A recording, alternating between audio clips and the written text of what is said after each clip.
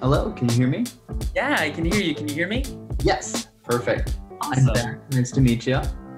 Back, it's nice to finally meet you. How are you today? I'm All right. Oh, I see the coffee there. What we got? Java. Java Central, Awesome. a little coffee shop by campus that we all go to. Okay, cool. Cool.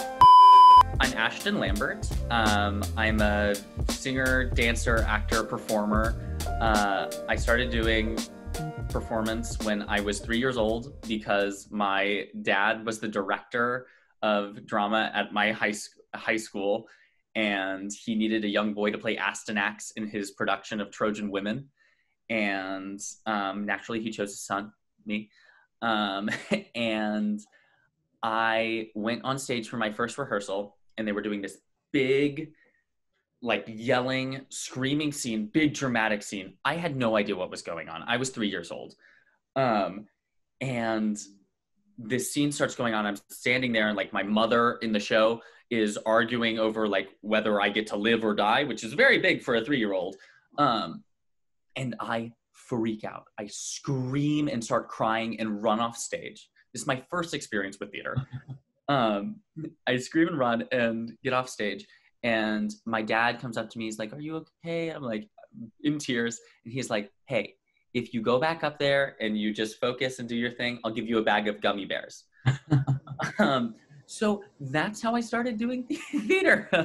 But so yes, a little bit of bribery, but now that's not why I do theater anymore. It's not for the gummy bears anymore. I really just enjoy being able to offer people an escape, giving people 2.5 hours where they can sit in a chair and forget about their stresses of their normal life and smile and laugh and cry and think. And I think that all art, and particularly theater, has that impact.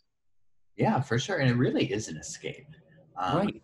Especially with everything going on right now. Oh, yeah. Like, even though we don't have theater in its traditional sense, we don't even have entertainment in its traditional sense anymore. But yeah, the ways that we do have it still, whether it's streamed or outdoor performances, what have you, it still is an escape for people, and it's such a benefit for just for people's mental state to be able to enjoy something like that, to get away from their stresses and right, just enjoy themselves for a little bit. So yeah, I mean, I think particularly right now is a time when everyone is locked up in their rooms and everyone's feeling a little down on themselves, let's be honest. Yeah. That now is the perfect time for theater and for art, and it's a time we sort of need to escape and feel like everything is normal. Yeah, I mean, normal is a word we don't even get to use anymore, but it makes it feel a little bit more like normal when we can escape for a little time. So yeah. Well, I guess aside from the gummy bear story, because you said you were about 3 years old then. Yeah. Take us from 3 years old until now. Yeah. What happened in the meantime? Well, yeah, I think that would probably be a good place to start. Yeah.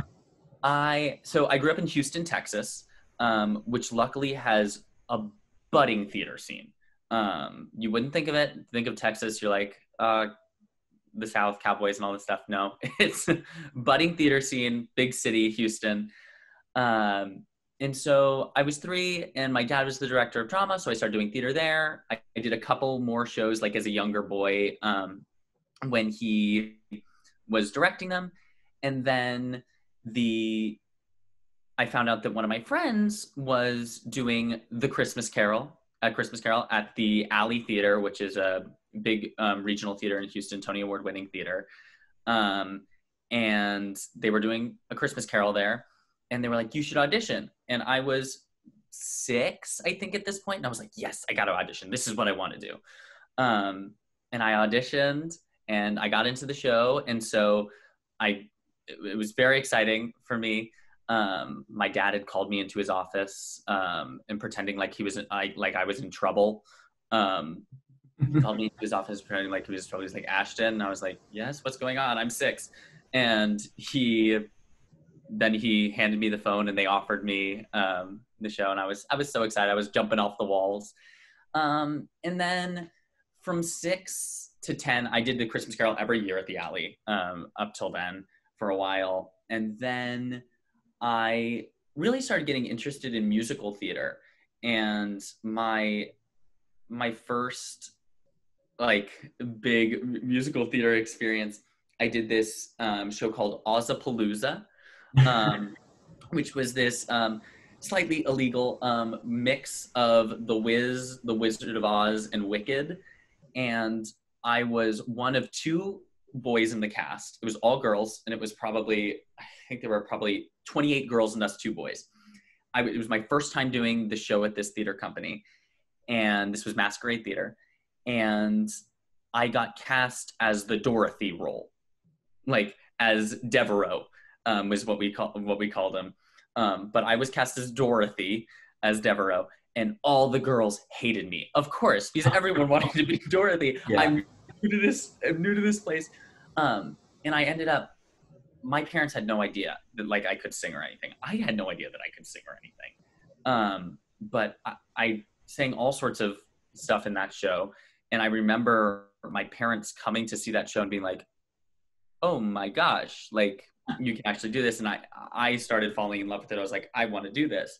And really, I mean, since then I always wanted to do theater. I took every theatrical opportunity that I could at, there were so many theater places in Houston that worked with kids. And so I worked at Tuts, the Humphreys School.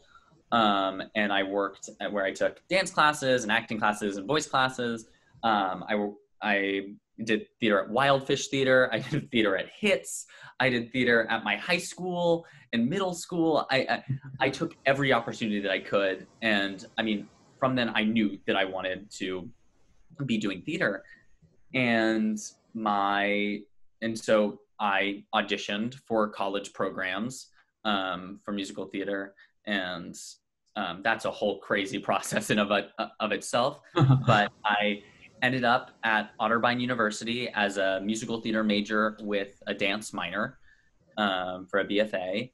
And yeah, I mean, I've been lucky to do some professional theater in the summers and stuff. And I've had just wonderful teachers that have really inspired me. And I'm so lucky that my family has been so supportive. I have come from a very artistic family. And I mean, my mom teaches a Shakespeare class. My dad is the director of visual and performing arts at this school. My brother loves doing theater as well. He's more a math and science kid, but he still loves doing theater. And so, yeah, I mean, I've done a bunch of regional work around professionally, and I have been creating my own content. I just was named second runner-up for the Broadway World Next on Stage dance competition. That's cool. Yeah, so I take every opportunity I can, really. Yeah, I mean, it sounds like you've been in a ton of stuff. Yeah. I've been very busy. I'm fortunate to have been as busy as I am. So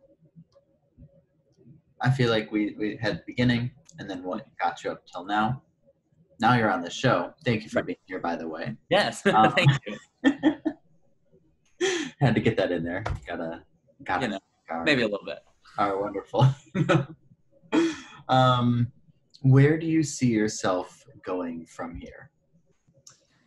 Yeah. I feel like it's an important question to ask. Yeah, I want to continue to perform. I mean, that's the bottom line, whatever that means. Yeah.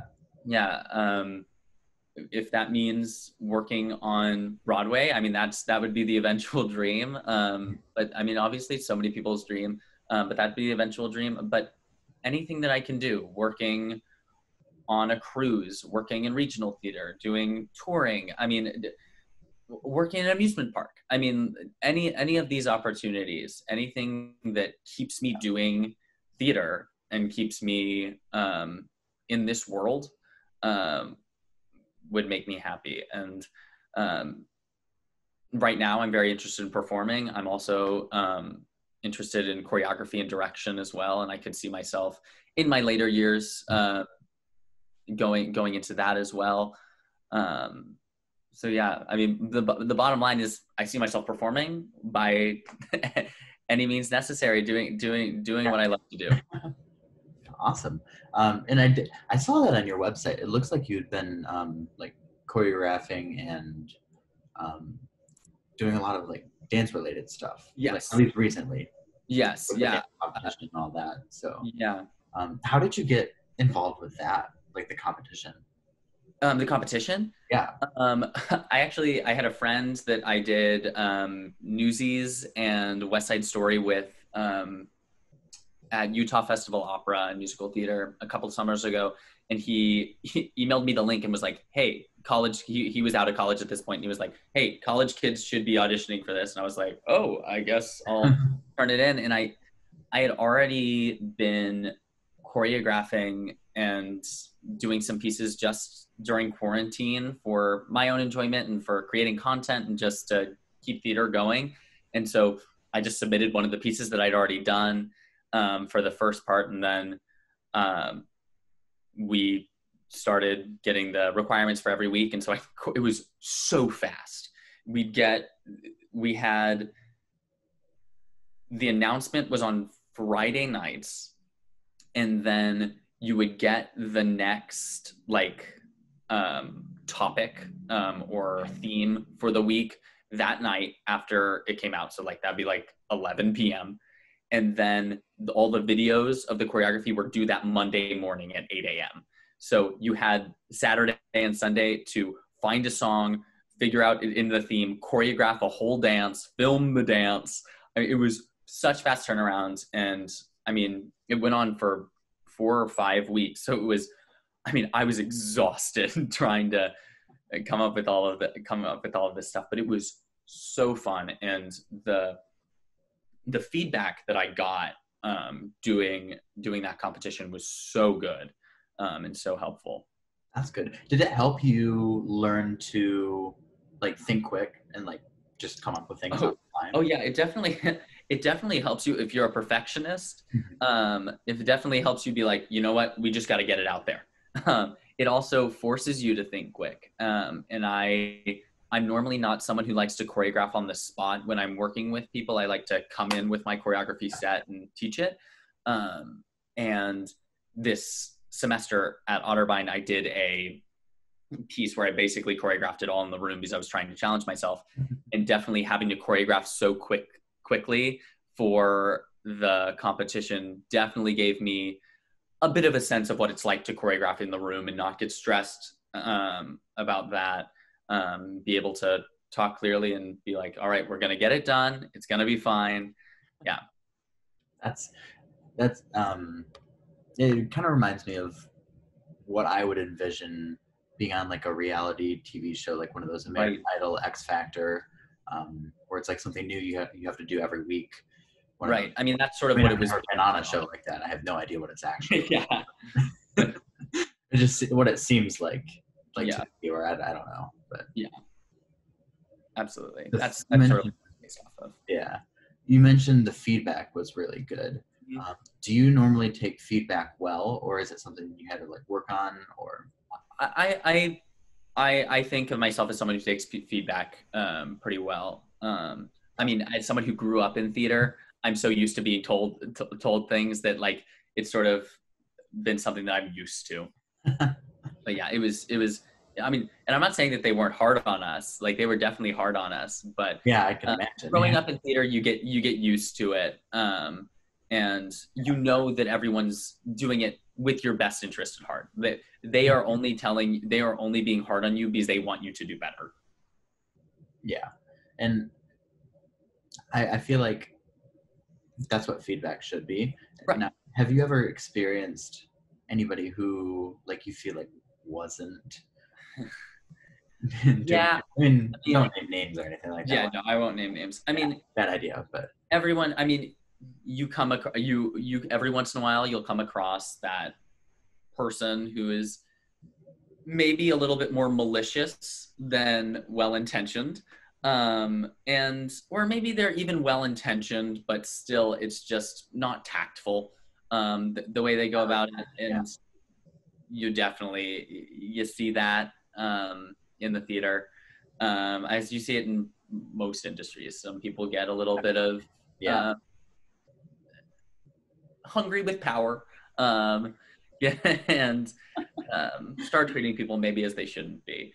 And so, if that happens to you, how do you take that? Or like if you're in an audition room and somebody just starts ripping you to shreds, like,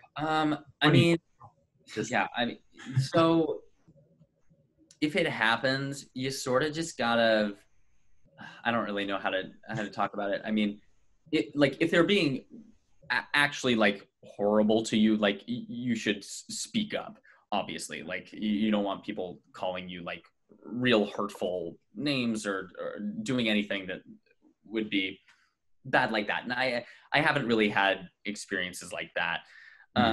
But maybe people who are being a bit pushy and not really talking to you in the most healthy way.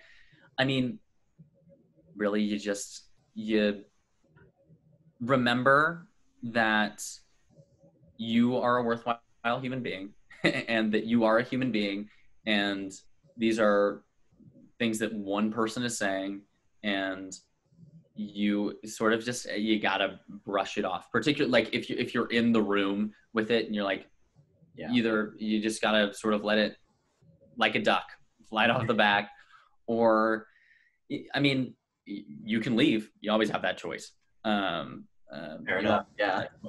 Yeah. So you know where the door is. You know where the door is. So I feel like we kind of just segued into this little advice segment, or we could.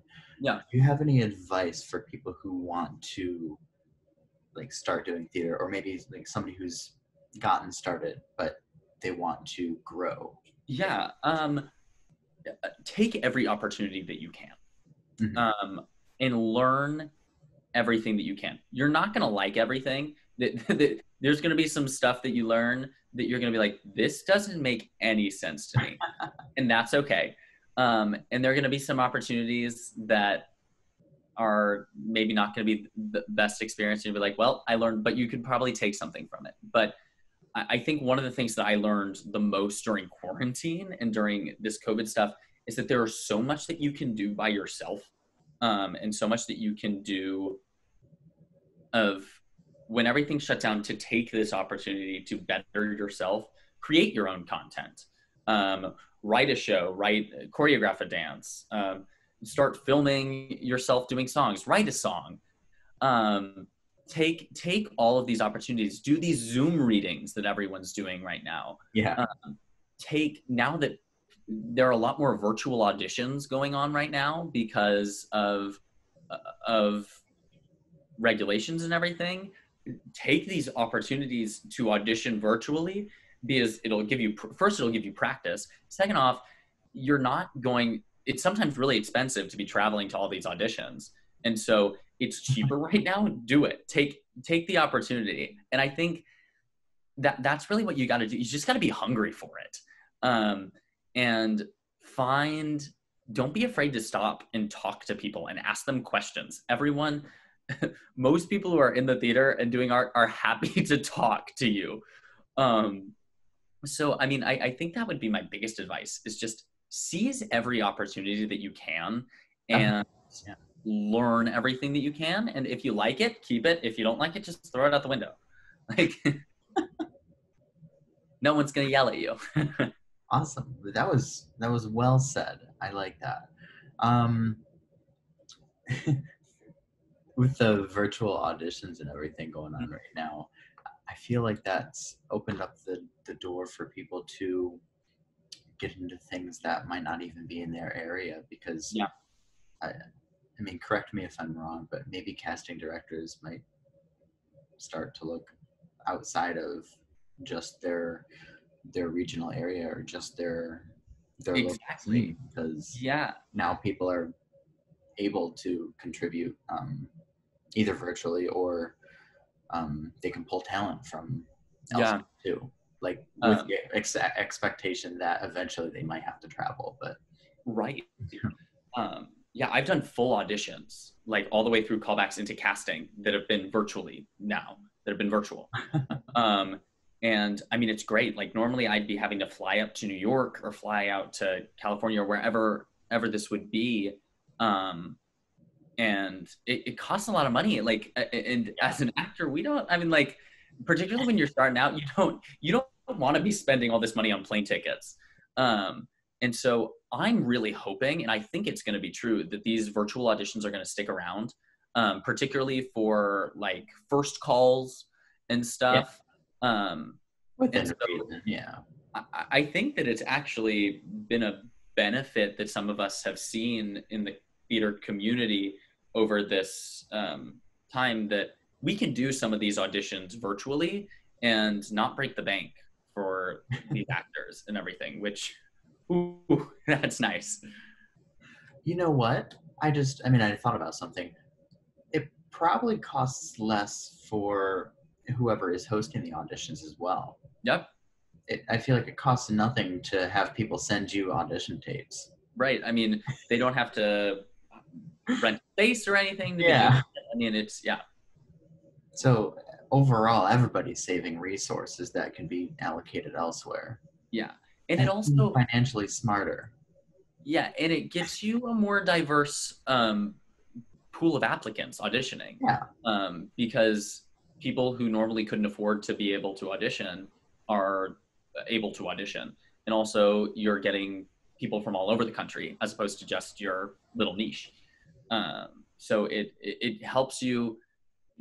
You potentially you could find even a more diverse talent pool, and you can get your show even better that way.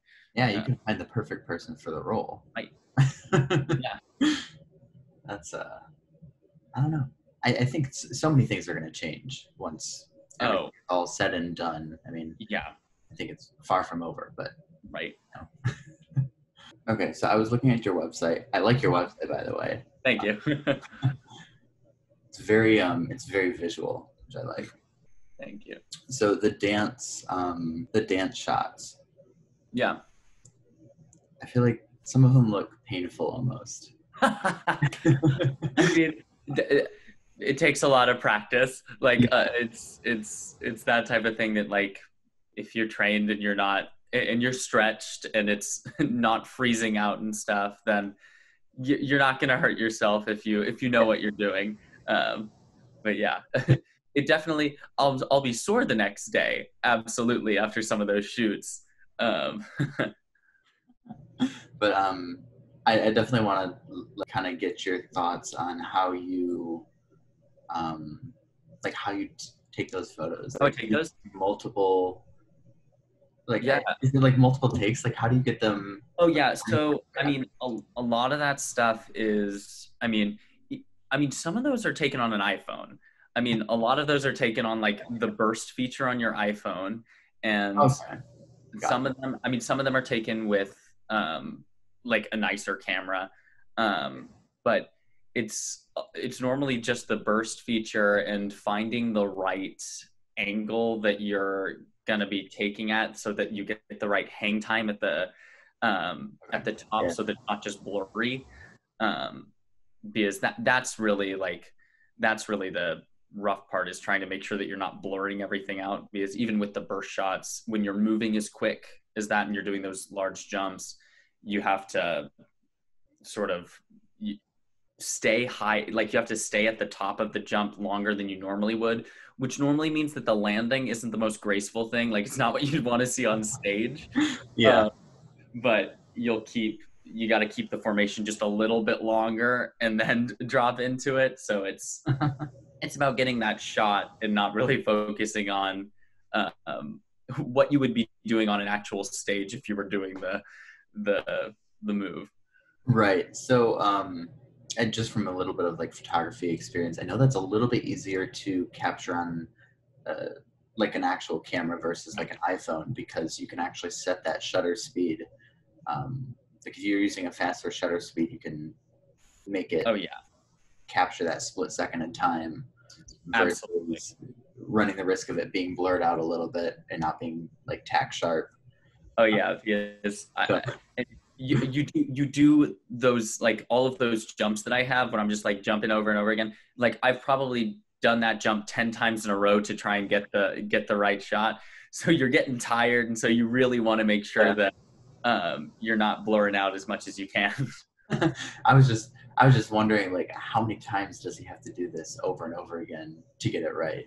I mean, sometimes I'll get lucky and like I'll get a shot right off the bat. But a lot of the time it's not about the actual, like in the air, I'm doing the same thing every time, but it's about what the camera's doing and about what the angle of the camera is. Because sometimes you'll take a photo from a certain angle and you'll be like, oh, that is just the weirdest thing that I've ever seen. Yeah. And sometimes you get those and it's really cool looking. And you're like, oh, okay, that's fine. But yeah. Nice. I feel like well, I guess we're kind of talking about it now. Why not just make this a whole little segment there? But are there any of them that you like weren't planning on using that you're like, oh, you know what, this actually looks good. Let's let me look, because it's honestly like, let me look at my own website and see what I have. Is there definitely like, I'm trying to get there.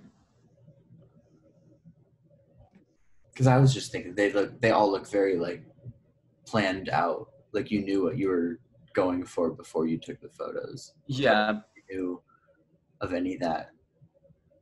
Yeah, I mean, most of these are pretty planned out, of what I was planning to do. I have a few, like every once in a while, I'll just sort of like dance around and see what I can get.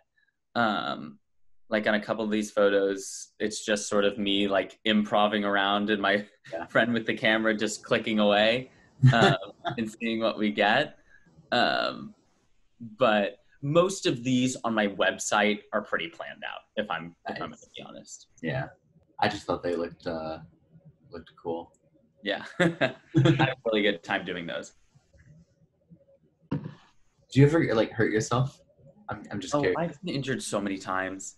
I mean, it's part of the trade. It's part of being young and sort of stupid when you're first starting out doing it. I mean, I did a whole, when I did my first equity production, I was doing a chorus line. I was playing Mike, which is the tap dance guy, the I Can Do That guy, if you know the show.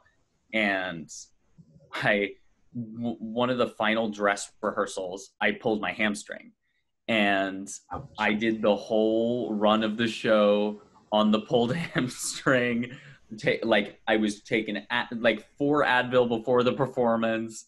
I was doing a soak when I was doing ice when I got home. I was icing when I got home, and then hopping in the bath and doing an Epsom salt bath and taking more Advil and then putting Arnicare on it. I mean, it was crazy. I mean, I've gotten injured multiple times. I also, in a production of Crazy for You that I was doing, my partner and I had some little flub, and she tripped on like her dress or something. Mm-hmm. And I caught her, and sort of saved the catch, but she hit my wrist and it sprained my wrist. And so I did the rest of that show with the sprained wrist. And then it was the second to last show. So I did the next show with the sprained wrist and everything.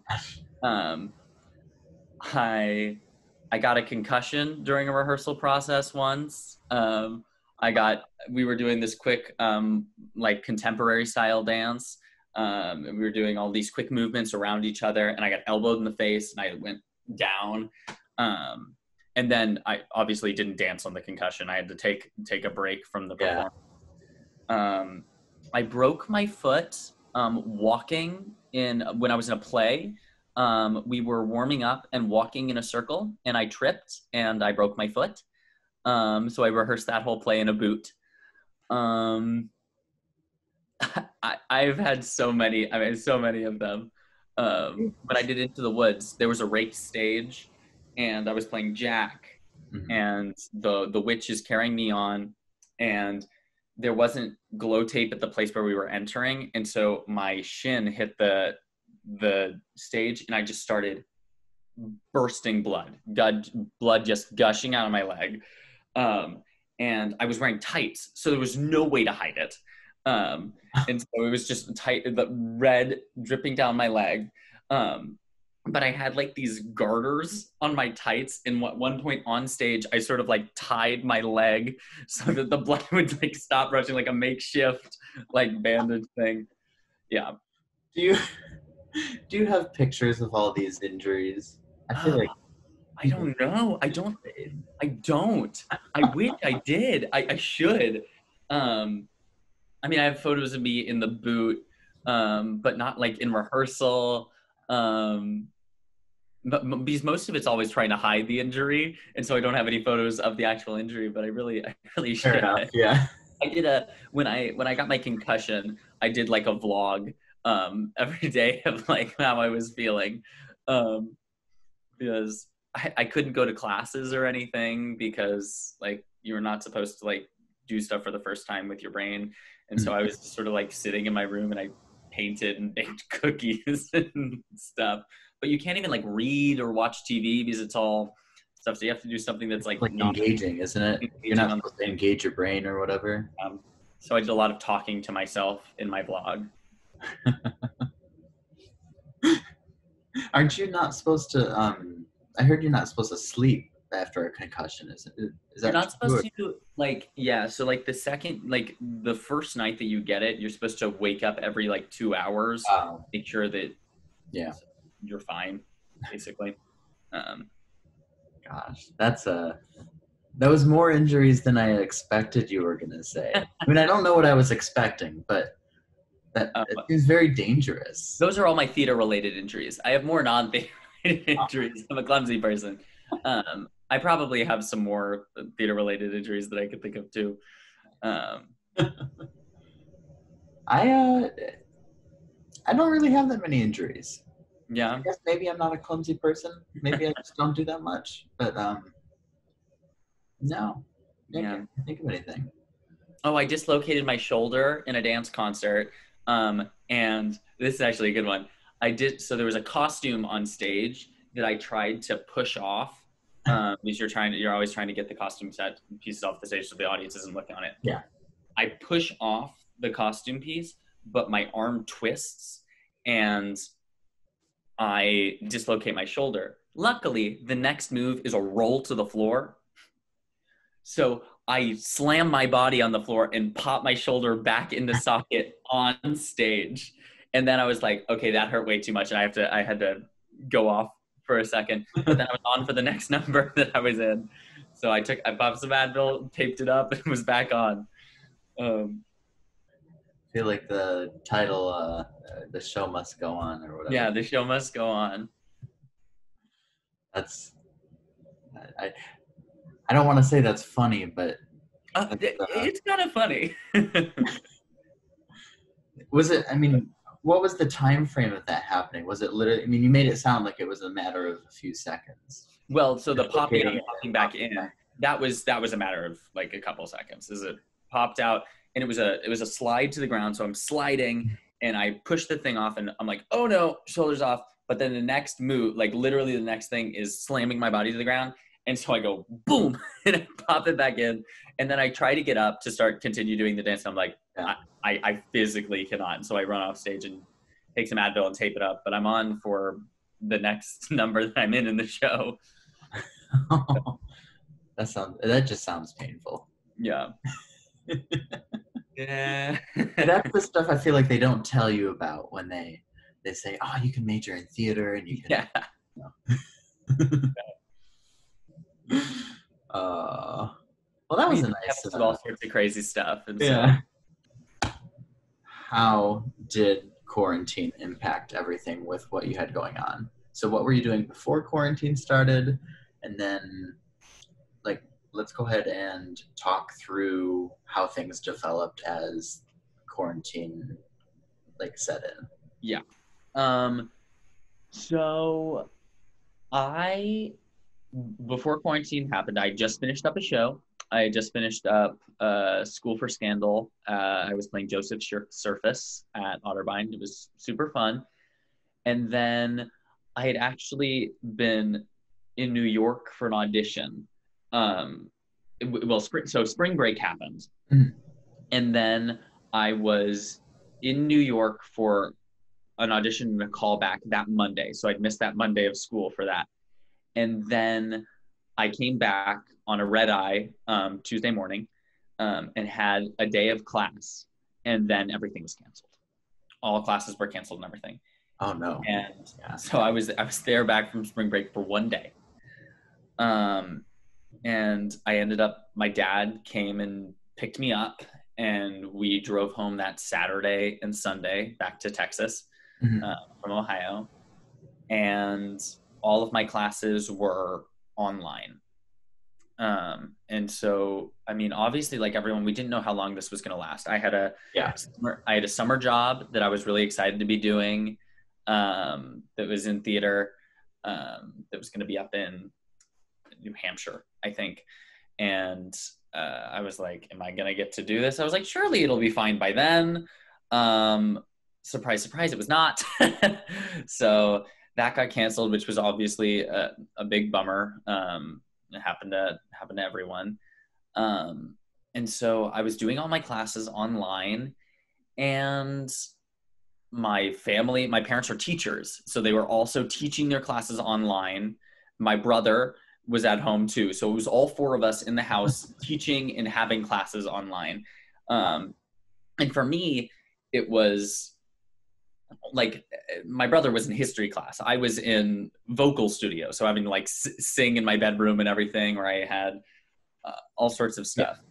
And so then the summer came and I didn't have my job, and I was like, okay, well, this is an opportunity to sort of have a summer, I guess. Not that it's really going to be much of like going to see people or anything.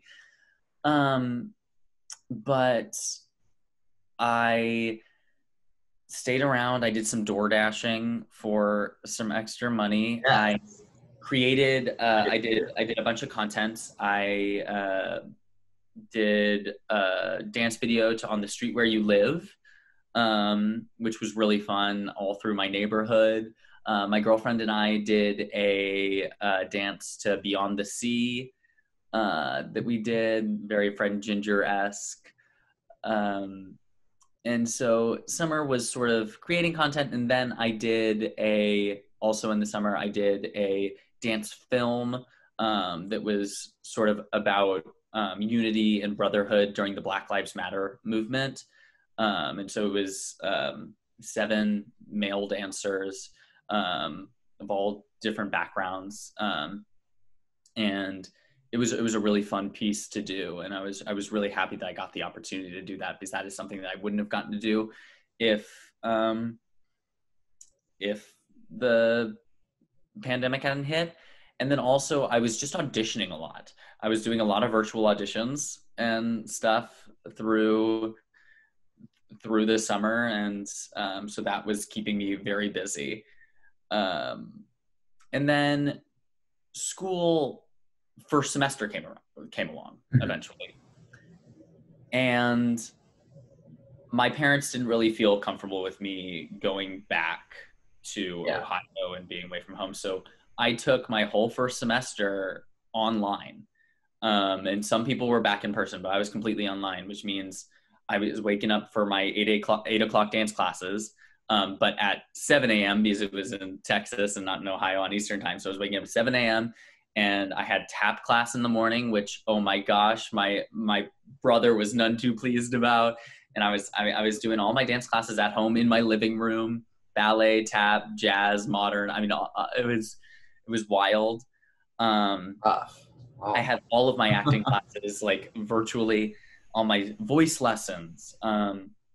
But it did give me some opportunities that I wouldn't have normally gotten to do. I got to be the assistant choreographer virtually for a dance concert, the main stage dance concert that semester, which was really cool. And then I also, all of the filming stuff for performance and stuff, we got to be more creative with it, which is, for my vocal recital, I sort of did more of like a music video than an actual, just stand in front of a mic and sing to Pascal Paul's Middle of the Moment, which was really fun. It just sort of gave me the opportunity to do stuff I wouldn't normally do. It's when I did the competition. I did the dance competition while in school, like at home. And so being home was rough because I wasn't with my friends. And I mean, being online, the Zoom fatigue is real. But it did give me the opportunity to do a bunch of stuff that I normally wouldn't get to do. And I mean, that's what I say about when I say take all the opportunities that you can get, is that this situation looks real bad, like, and it is horrible, but there's always something that you can gain from it. Like,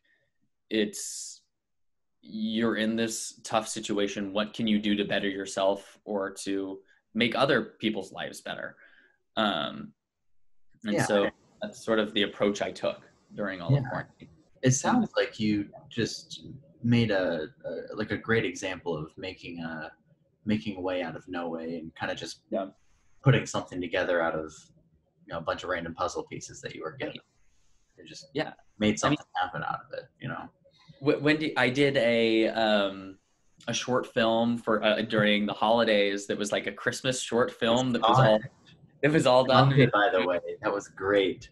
Thank you. Oh, it's called hilarious. All Actually. You should check it out. It's really fun. It was written by Maggie Eck, and it was super fun. Like, it's totally something that I wouldn't have gotten to do if I was doing all of my normal stuff at school. Yeah, really well done, by the way. I thought that was great. All of you guys looked like it was a fun project. So yeah, it was really fun. And then the next semester, this semester, I did go back on campus. And all of our classes have been masked and socially distanced. And I mean, it's weird.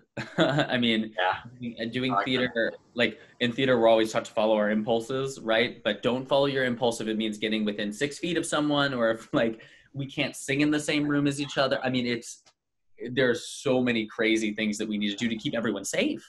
But I'm now fully vaccinated, so I see the light at the end of the tunnel. Like I see normalcy creeping back into this world. I really do. So that's right. We can use the word normalcy, but we can't say normal yet. Yeah, not normal. Normalcy, I can see creeping back. Normal-ish. Yeah. There's got to be like what do they call those? Like suffixes. There's got to be a suffix on the end of the word. Can't use the word yet. It was funny you mentioned Middle of a Moment, because that's how I found you. Right. I was looking for covers of it on YouTube, and just the YouTube algorithm just kicked in. Yeah. So.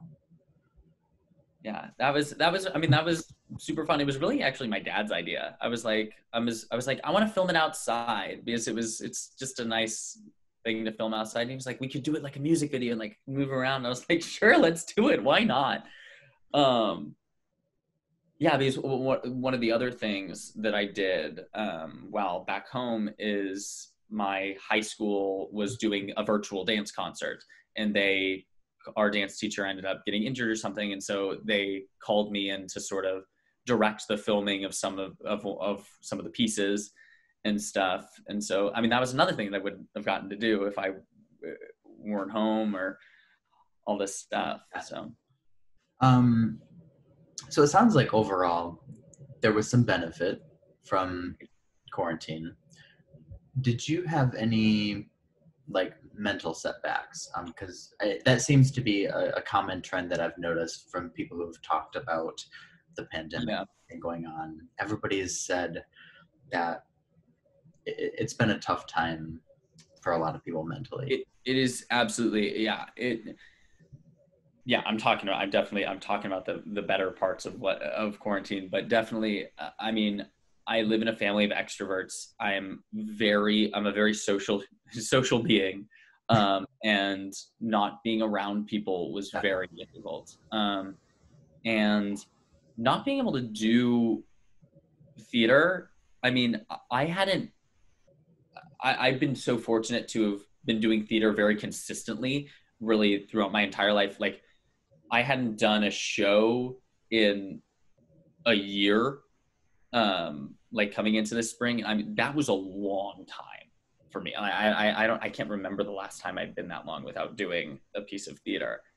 And I still miss it. Because I've done the streaming stuff, but it's not the same. It's not having the audience in real life there with you. It's not the same. And it's hard.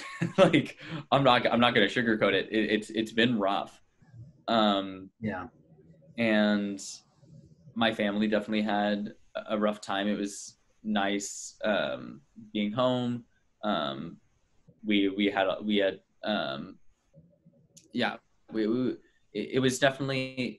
was not all like, oh, we'll find the best of this opportunity that we can do. I was finding the best of this opportunity because it was real tough.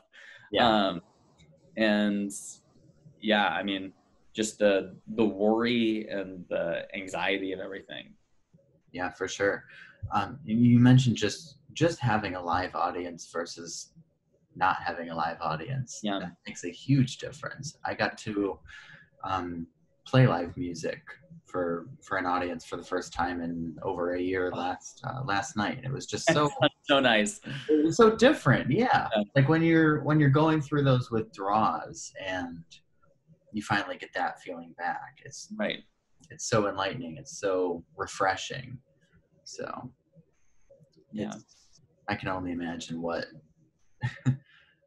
what it was like. But how did you stay mentally healthy? Like, what were some things? I mean, so creating content and trying to find the best in the situation, that was one of them. I was lucky that I have a very great relationship with my family, and so finding solace in them.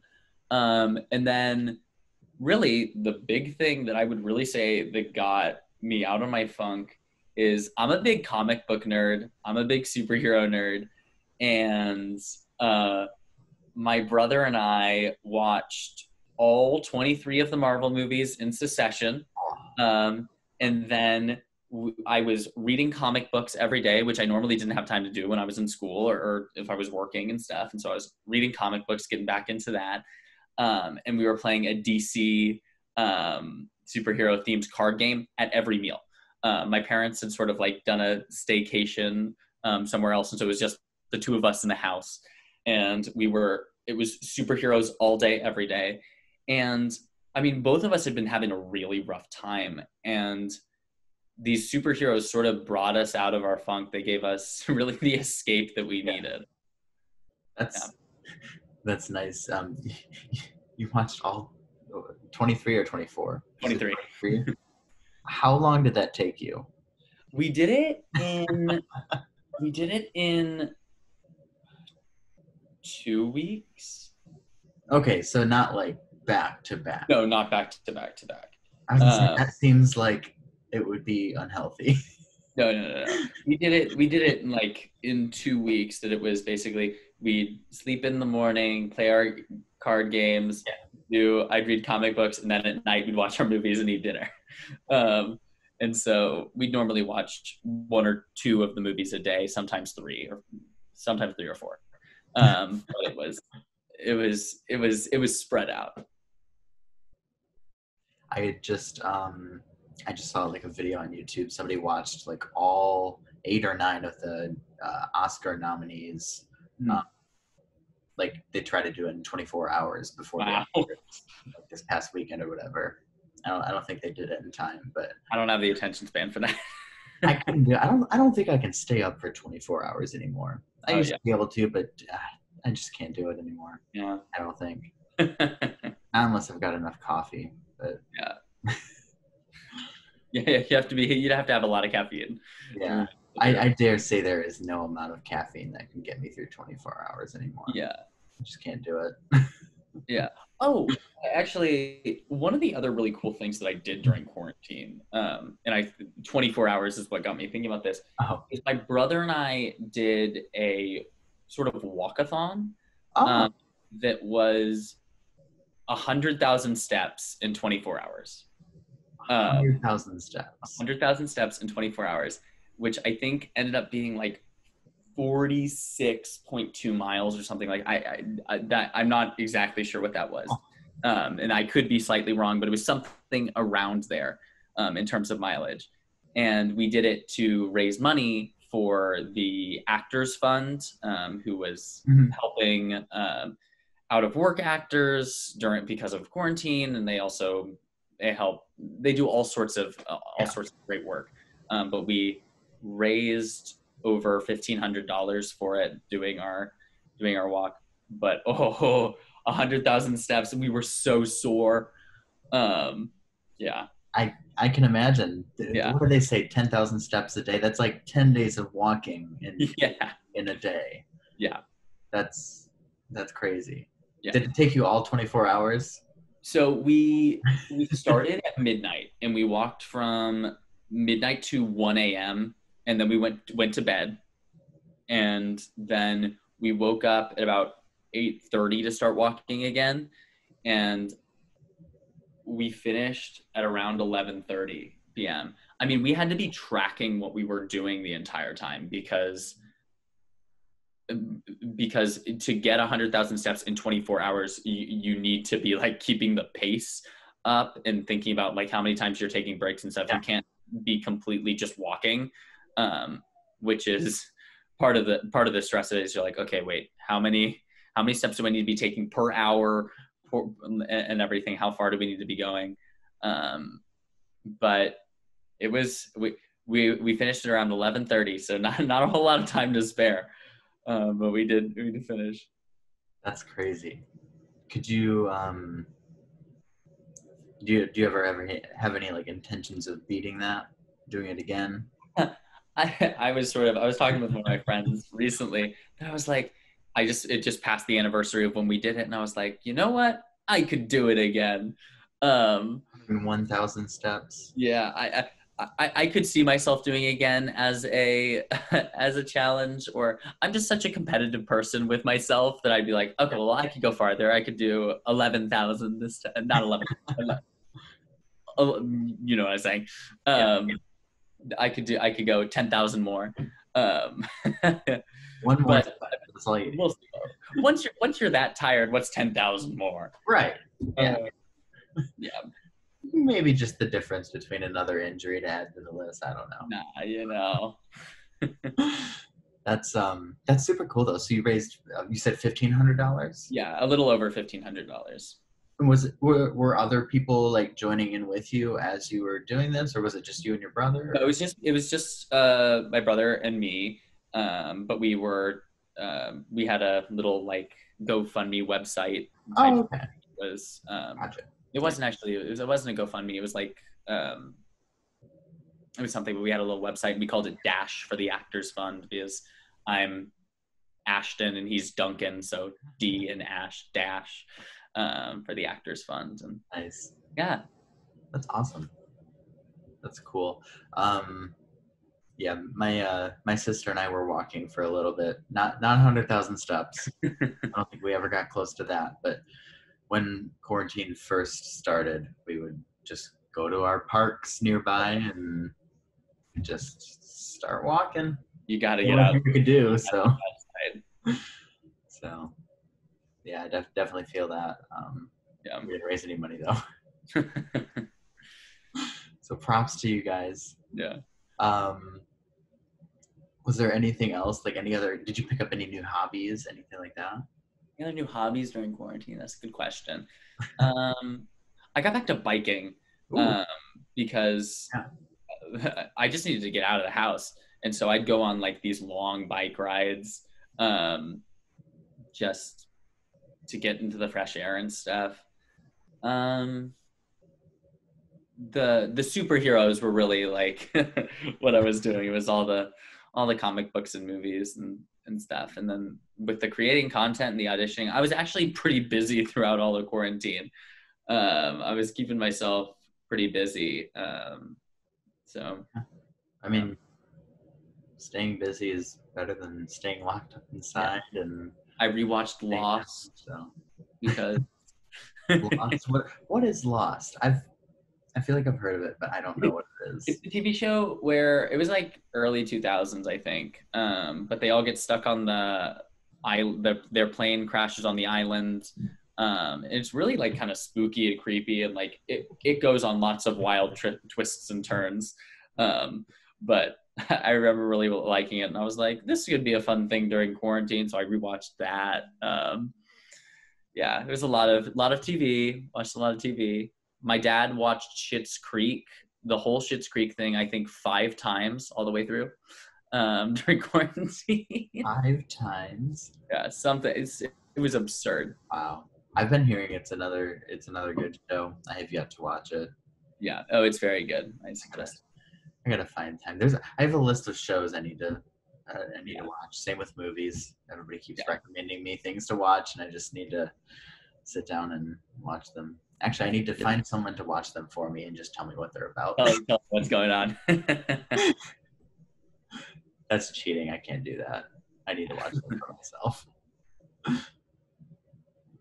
Oh, speaking of, well, I guess we're on TV shows. The holiday film you did, Mall Actually. Yeah. It reminded me of The Office almost. I know in the credits, I noticed it wasn't inspired by The Office. It was inspired by something else, something about Target. I don't know what it was. What was that? It was that was sort of an inside joke. There was the actress who was Mary Kringle. The actress who was playing Mary Kringle was wearing a onesie that she found at Target, and she was the one who wrote the screenplay. And so she was saying that she was inspired by that Target onesie she. And then I was like, wait, what? The mockumentary style was all based, was also sort of an homage to The Office, Parks and Rec, Best in Show, those movies and stuff too. Yeah. So yeah. Okay, so that was what you guys were going for. Yes, that is exactly what we were going for. That's awesome. I love that kind of style. So me too. That was awesome. Let's see. Is there anything outside of theater that you're passionate about? I'm very into hobbies of mine. I'm very into like superheroes and stuff. I'm a big comic book nerd. I did a whole, going back to theater, something related back to that, is that I did a whole cabaret on superheroes, and it was all superhero themed and sort of what I think the importance of superheroes in our time are. That's actually cool. Okay. I feel like that could be a segment. Yeah, I could talk about that if that's something that people would be interested in. It's not about what people are interested in. It's about whatever you're passionate about. That's what we're about. So yeah. So yeah, I'm very passionate about how any type of art can really move people. And my big thing is not about changing the world with art. Which is great, and it's great when people are able to do that. But I'm really into when you're in a show, you have someone sitting in a seat for 2.5 hours, and you can offer them an escape. And I think that's why I do what I do, is because I enjoy making people happy and offering them that escape, and letting them get rid of all the stress that they have, that we all are dealing with, just for 2.5 hours. And maybe it lasts a little bit longer because you're feeling happy after you leave the show. But I don't think that we need to always be doing, like, it's great when we can do pieces of art that really make people think and like change their world, but you're not going to get that all the time. I mean, a lot of art just has to be commercial because it has to make money for actors to make money and for theaters to continue to work. And so, but a lot of people poo-poo commercial theater and commercial art, and they're like, this isn't real art. This isn't the work. But I always think that if you're doing something to make other people happy, that's what it's about. Like that's what it's all about. And that's sort of what I feel about, it's what I talk about superheroes and stuff too, is that like, my brother and I during quarantine, we got my whole family's a group of extroverts, and we got really like down in a funk, like not being able to see people and stuff. And so we ended up rewatching all 23 Marvel movies. We played like this DC Legends themed card game at every meal. I started reading comic books again. And it really like sort of started bringing us out of our funk. And it's sort of what I think of theater, like any art, it's a nice escape, but also going into superheroes and stuff, that it touches on all these important social issues that we're talking about right now. Like, yeah, definitely. I mean, all these superheroes are people of every sexual identity, every color of skin, every gender. I mean, like, it doesn't matter. You could be any size, and they're all being role models. And I think that's such an important thing that we have, that like, I mean, talk about Chadwick Boseman, who died after doing Black Panther and stuff. I mean, no, he was not, like, yes, there's a big paycheck at the end of all of these superhero movies, and so people are lining up to do these, but do you really think that he did 4 films while secretly battling cancer because he wanted a big paycheck? No, like, he wanted to show the world that a Black man could be a superhero. Exactly. And I think that it's just a really important thing that we get these role models in these things that we're not really thinking about. There's these really progressive shows. Yeah. I think there's such a deeper meaning behind all of the superheroes and the comics and the Marvel world. And right. I mean, it's like Superman was born out of the Great Depression. And so like, he was there to give us the idea of a better, more just future, and a future of more equality where everyone is equal. And like, I can't imagine like a superhero that's better for the times right now than someone who just wants to do good and make the world a fairer, more equal place.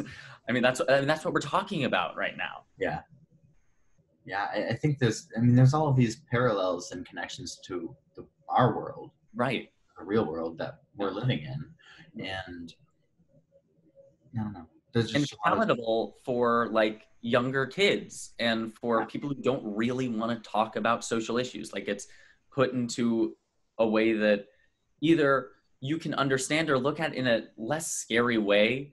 But if you talk. Yeah, it makes it much less intimidating if those social issues are intimidating for, certain people who aren't always exposed to those on a regular basis. Yeah. So it's a lot more approachable in that aspect. Yeah. That was a good point. I like that you brought that up in that way. Awesome. Alrighty. Well, thank you so much for coming on the show today and sharing. Thank you for having me. Yeah, absolutely. No. But it was nice to get a little bit of insight into the acting world, singing, dancing, all of that. Is there anything else you want people to know? Anything? Where can people find you? If you want to get in contact with me, you can look me up on my website, www.ashtonlambert.com. My email's there. You can also look me up on social media at ashtolambo on Instagram. And I'm happy to always talk about acting, singing, dancing, the theater world in general. Just anything, superheroes, if you want to talk comic books, I'm open. So yeah. Alrighty. Well, thank you so much for your time. Thank you so much for having me. This was super fun. I'll see you guys next time on Coffee with Zach. Oh, I think, here we go. Oh. Went out for a second. Out? Oh, there we go. You're back. Cool. Do you ever use OneNote at all?